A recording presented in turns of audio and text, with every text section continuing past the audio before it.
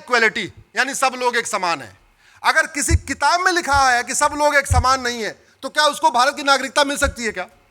जोर से बोलिए। नहीं। अरे इस संविधान से सारे रास्ते निकल आएंगे। जो वसुधैव कुटुंबकम को ना माने, जो नारी तू नारायणी को ना माने, जो यत्र नारस्ति पूज्यते रमन्ते तत्र देवता को ना माने, जो सर्व मंगल मांगल्य को ना माने, उसको भारत की नागरिकता मिलनी चाहिए क्या? हमारे पास नागरिकता वाला कानून ही नहीं है कोई। आज तक हमने, आप मुझे बताइए 75 साल के इतिहास में किसी जासूस की नागरिकता गई, किसी गद्दार की नागरिकता गई, किसी आतंकवादी की नागरिकता गई, किसी अलगाववादी की नागरिकता गई, किसी जिहादी की, किसी की नागरिकता गई क्या? अरे कानून ही नहीं, कहां से जाएगी? कानून नहीं है।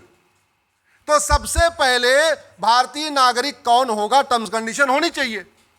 बर्थ सर्टिफिकेट इशू करते समय लिखा होना चाहिए मेरा बेटा ये मानेगा, ये मानेगा, ये मानेगा, ये मानेगा, और नहीं मानेगा नागरिकता खत्म। समस्याएं कुछ कम होंगी कि नहीं होगी?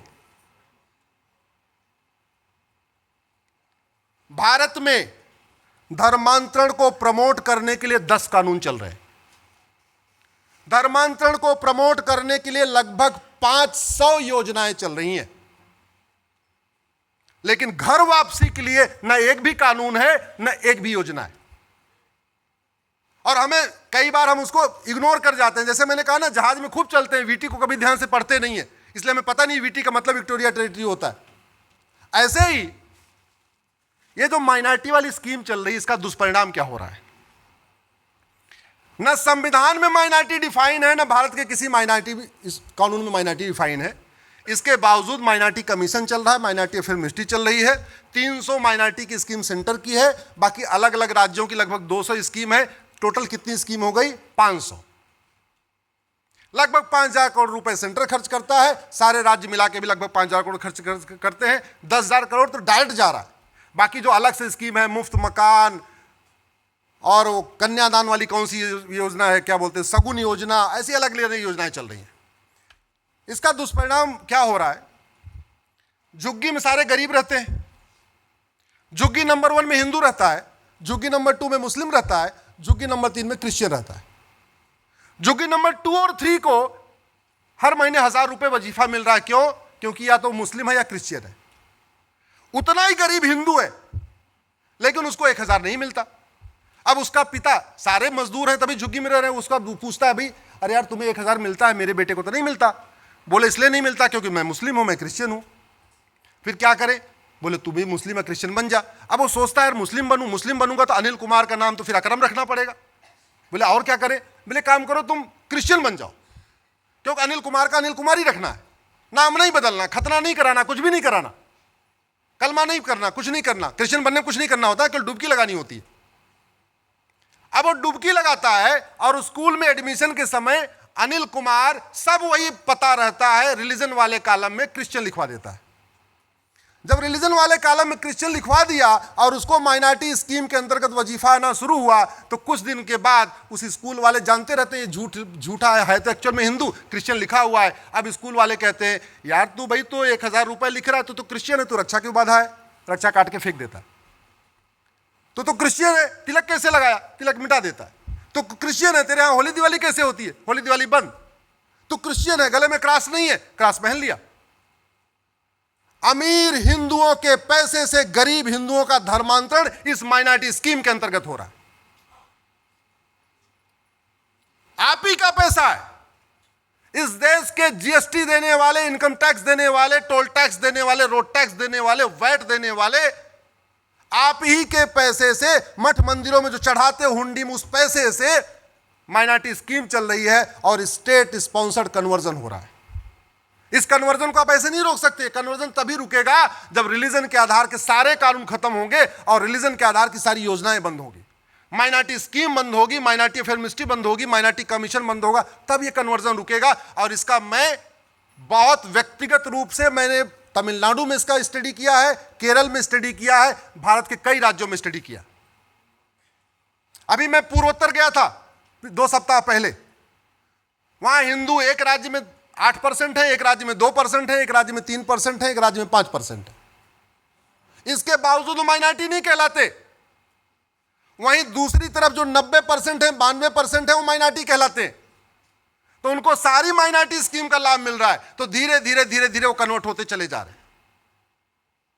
कन्वर्जन रोकना है तो कई सारे कानूनों को खत्म करना पड़ेगा और कन्वर्जन के लिए कठोर कानून बनाना पड़ेगा। मैं आपसे पूछता हूं, मुगल क्या करने आए थे? क्या सत्ता हथियाने आए थे क्या?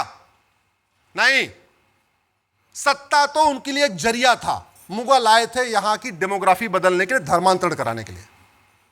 अंग्रेज यहां व्यापार कराने नहीं आए थे, यहां पे सत्ता लेने नहीं आए थे। ईस्ट इंडिया कंपनी और सत्ता वो एक जरिया था। मूल काम उनका था यहां हिंदुस्तान में क्रिश्चियनिटी को फैलाना। जैसे मुगल आए थे इस्लाम को फैलाने के लिए, अंग्रेज आए थे क्रिश्चियनिटी को फैलाने के लिए। ना हमने मुगलों का नियम कानून बदला, ना हमने अंग्रेजों का नियम कानून बदला, तो होगा क्या? वो जो फैलाव हो रहा है रुकेगा कैसे? 1894 में अंग्रेजों ने एक लैंड एक्विजिशन एक्ट बनाया, पूरे देश में सिविल लाइन बनाई। आप पूरे देश के सिविल लाइन में जाके देखिएगा, वहां 50% जमीन चर्च के पास होती है। भारत के किसी भी सिविल लाइन में जाके देख लीजिए, दिल्ली वाली देख लीजिए, इलाहाबाद वाली देख लीजिए, कहीं देख लीजिए, 50% सिविल लाइन की जमीन चर्च के पास होती है। उनकी 99 ईयर की लीज पूरी हो चुकी है सुरेश जी। आज तक कभी डिमांड ही नहीं हुआ कि जब 99 साल की लीज पूरी हो गई तो जमीन वापस ले लो। 5 मिनट में खत्म करूं? ठीक।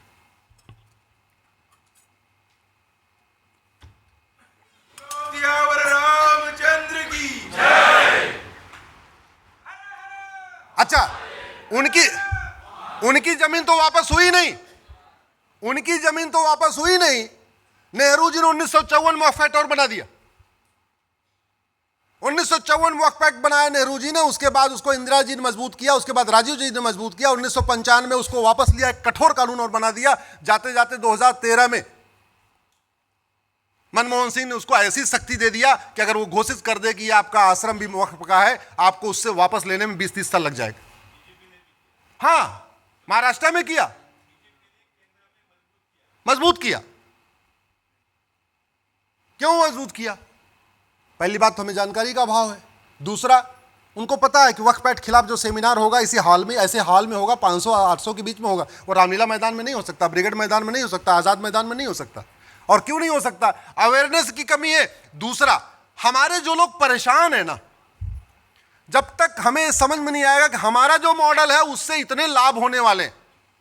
भाई 5 crore high court, supreme court, district court में 5 करोड़ मुकदमे चल रहे हैं। 5 करोड़ मुकदमे का मतलब 5 करोड़ परिवार। एक परिवार में एवरेज 6 आदमी मानिए, माता पिता, पति पत्नी, 2 बच्चे, तो 30 करोड़ भारतीय। अगर हम ये कहें कि जब राम राज्य आएगा या हिंदू राष्ट्र होगा तो भारत में जस्टिस विद इन मंथ होगा या जस्टिस विद इन ईयर होगा, 1 साल के अंदर मुकदमों का फैसला आ जाएगा, तो ये जो 5 करोड़ परिवार हैं हमारे साथ खड़े हो जाएंगे। खड़े होंगे? नहीं खड़े होंगे? तब रामलीला मैदान भरेगा, तब जाके आजाद मैदान भरेगा, तब ब्रिगेड मैदान भरेगा। जब हम ये बताएंगे, जब हम ये कहेंगे हमारा जो मॉडल है, जब हमारा ये आएगा, राम राज्य आएगा, तुम्हें थाने पे ज़्यादा कुछ परेशान नहीं होना पड़ेगा, तुम्हें तहसील में परेशान नहीं होना पड़ेगा, तुम्हें जिले में परेशान नहीं होना पड़ेगा, तब वो हमारे साथ आएंगे। और डॉक्टर बदलने से बीमारी ठीक नहीं होती। यूपी में एक मुकदमा शुरू हुआ 1985 में, 40 साल बीत चुके हैं, उसके बाद अब तक 15 मुख्यमंत्री बदल गए। वो मुकदमा आज भी सबसे नीचे है।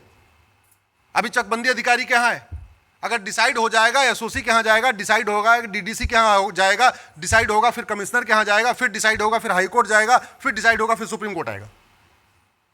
उनके लिए हिंदुत्व है और हिंदू राष्ट्र से कोई मतलब नहीं है। क्यों? क्योंकि उनको हर महीने तारीख पे तारीख में परेशान है। वो परिवार 3 जनरेशन से परेशान है। हाँ, उस परिवार को अगर ये पता चल जाए कि भाई अश्विनी उपाध्याय जी या हिंदू जनजागृति समिति जो काम कह रही है, ये हमें 1 साल के अंदर फैसला दिलवा देंगे, वो पूरा गांव लेके हमारे साथ खड़े हो जाएंगे। जो लोग बलात्कार से पीड़ित हैं उनको पता चल जाए कि हमको 6 महीने के अंदर सजा हो जाएगी, जिसने लफ्ज़ जिहाद किया, लैंड जिहाद किया, इसको 6 महीने में सजा हो जाएगी, वो पूरे सपरिवार, पूरे गांव वाले हमारे साथ खड़े हो जाएंगे। तो हमें एक मॉडल देना पड़ेगा कि हम जो कह रहे हैं उससे इतने फायदे हैं, बिना फायदे के कोई आएगा नहीं। मैं आपको बता दूं, फिर हम छोटी छोटी कॉन्फ्रेंस करेंगे 1500 वाली, वो बड़ी कॉन्फ्रेंस या बड़ा रामलीला जंतर मंतर नहीं भर पाएगा। तो मेरा आप लोगों से निवेदन ये है कि एक बार आप सब लोग इस बात को समझिए। मैं तो अलग अलग वीडियो पे बोलता ही रहता हूं, जब तक संविधान में जो बदलाव किया गया, जब तक अंग्रेजी कानून नहीं बदलेंगे, जब तक मुगलों के कानून नहीं बदलेंगे और जब तक कांग्रेसी कानून नहीं बदलेंगे।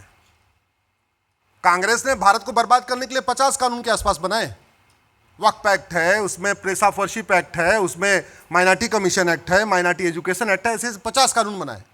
हम कांग्रेस की निंदा करते हैं लेकिन कांग्रेस के कानूनों को खत्म नहीं करते। तो निंदा करने से जमीन पे कोई परिवर्तन आएगा क्या? अरे भारत में कानून का राज है और कानून घटिया है तो राज घटिया रहेगा। तो मेरा आप लोगों से आग्रह है, अपने अपने सांसदों को पकड़ना शुरू करिए, सांसदों को टोका टोकी करना शुरू करिए। अकेले मत जाइए, थोड़ा ग्रुप बना के जाइए।